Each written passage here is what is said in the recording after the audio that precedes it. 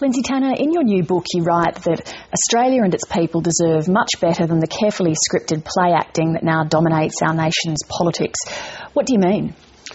We've got to a situation where spin, robotic scripting, all of the things that you've heard lots of complaints about over the past few years, I think have seriously distorted the picture of politics, even more distorting than usual, that is conveyed through the media. And what I've tried to do in this book Sideshow is to ask, why is this happening? And the answer is that politicians are reacting to how the media portrays them. They're getting more and more defensive because of gotcha journalism, because of journalists and media portraying politicians as being personalities, celebrities, doing silly things, and more they're drifting into a world of flim-flam and stunts and gimmicks, announceables and spin, both to protect themselves and also to stay in the media. So you get a toxic interaction between politicians and the media that is driving the Australian political process further and further away from issues, from the national interest, from serious political debate.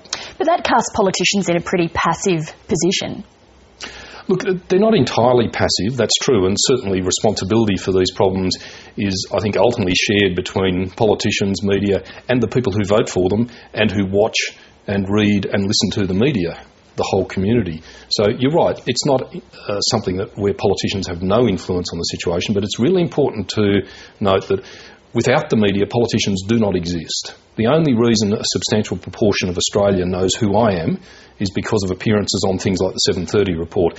No matter how good I might be, no matter whether I'm the greatest politician who's ever existed, without the media, I'm no one. And therefore politicians have to play the media game to a large extent to get coverage, to get publicity, to contact the wider community. And when the rules of that game change, they change their behaviour. Just as footballers, when the rules change, they change their strategies.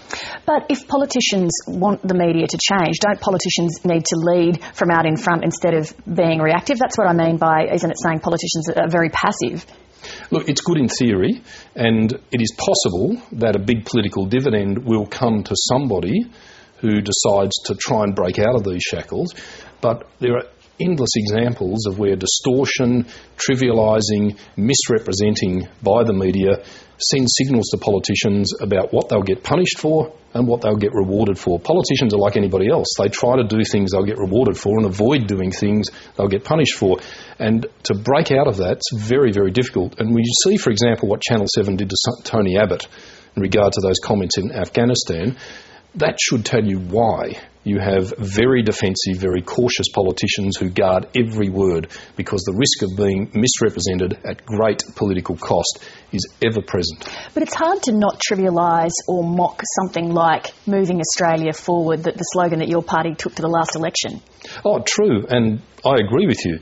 But you have to ask yourself, where did that slogan come from? And it came from a context where all of the rewards for politicians are in blanding things to a point where they are meaningless, in avoiding offending anybody and trying to look like they're doing something without actually seriously tackling problems.